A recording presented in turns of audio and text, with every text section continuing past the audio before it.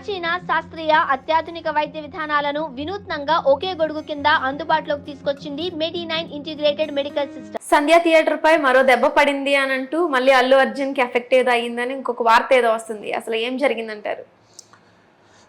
శివరాత్రి అంటేనే ఇంతకుముందు థియేటర్స్ రోజు 4 గంటలు. శివరాత్రి రోజు ఏంటంటే రాత్రిపూట ఎక్స్ట్రా షోస్ వేసుకుంటారు. మన జాగరణ చేసే వాళ్ళందరూ వస్తారు కదా. అంటే భక్తి సినిమాలనే కాదులే, భక్తి సినిమాలు వేస్తారు, ఏరని కాదు, అవి టీవీలలో ఎలాగో వస్తాయి. శ్రీ మంజునాథ, భూ కైలాసు, లేకపోతే కన్నప్ప, శివలీలలు, శివుడికి సంబంధించిన సినిమాలు బోల్డ్ అన్ని టీవీలో ఎలాగో వస్తాయి. ఇంకా ఏదన్నా కావాలన్న వాళ్ళు థియేటర్కి వెళ్తారు. పాత సినిమాలు ఏవైతే ఉన్నాయో ఓ మోస్తారు బాగా ఆడినవి, వాళ్ళ అభిమాన హీరోలవి మళ్ళీ రిలీజ్ చేస్తూ ఉంటారు. అలా సినిమా చూసో ఆ రాత్రి ఆ హుసేన్ సాగర్ దగ్గరికి వెళ్ళో, లేకపోతే కేబుల్ బ్రిడ్జ్ దగ్గరికి వెళ్ళో, రోడ్డు మీద ఒక లాంగ్ ట్రిప్, అటు మేడ్చెలు ఇటు పటాన్చెరు, లేకపోతే ఈ ఇట్లా డిఫరెంట్ రూట్స్లలో లాంగ్ ట్రిప్పులు వేసి కొంచెం తెల్లవారుజామున ఇంకా 4:35 అవుతుంది, అలా మబ్బుగా అనిపిస్తుంది అంటే ఇంటికి వెళ్ళిపోతారు. స్నానం చేసేసి కూర్చుంటే అమ్మాయి అయిపోయింది, జాగరం సమాప్తం, అంతేగా. సో ఇది ఎప్పటి నుంచో ఉండింది అందరికీ. కాకపోతే ఇప్పుడు ఏంటంటే తెలంగాణలో మనకి బెనిఫిట్ షోస్ రద్దు చేశారు కదా మొన్న సంధ్యా థియేటర్ ఇన్సిడెంట్ తర్వాత. శివరాత్రికి కూడా అడిషనల్ షోస్ లేవు అని చెప్పారు. ఎందుకు లేవు అంటే రాత్రిపూట షోలు వేస్తే తొక్కిసలాట్లు అవుతున్నాయి, మరి అందుకే వేయట్లా. అంటే ఇప్పుడు 9:30 షోకే కదా వాళ్ళు తొక్కిసలాట్ అయింది. సరే 9:30 షో కంటే తొక్కిసలాట్ అయింది. శివరాత్రి అంటే 9:30తో ఆగదు, అది 9:30 షో 11:30కో 12కి అయిపోద్ది, 12కి ఇంకో షో ఉంటుంది, మళ్ళీ రాత్రి 3 గంటలకి ఇంకో షో ఉంటుంది.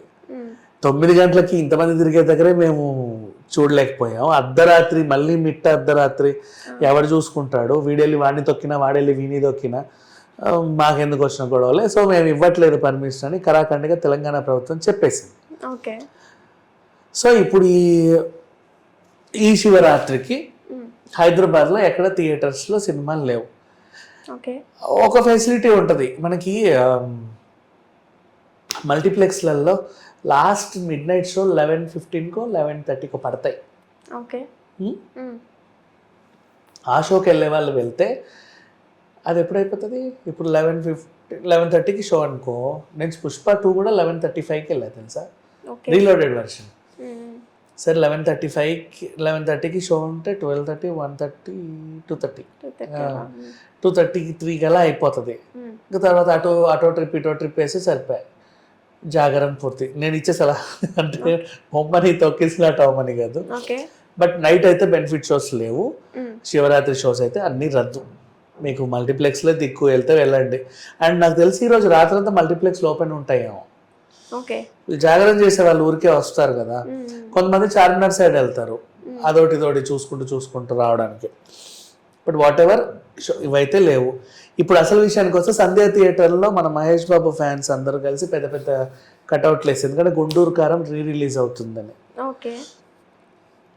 వీళ్ళు ఎప్పుడైతే ఫ్లెక్సీలు కట్టారు, పెద్ద క్రేన్తో దండ వేసారు, పాల ప్యాకెట్లు తెచ్చుకున్నారు, అభిషేకానికి టపాకాయలు తెచ్చుకున్నారు, ఫ్లెక్సీలు కూడా కట్టేసుకున్నారు.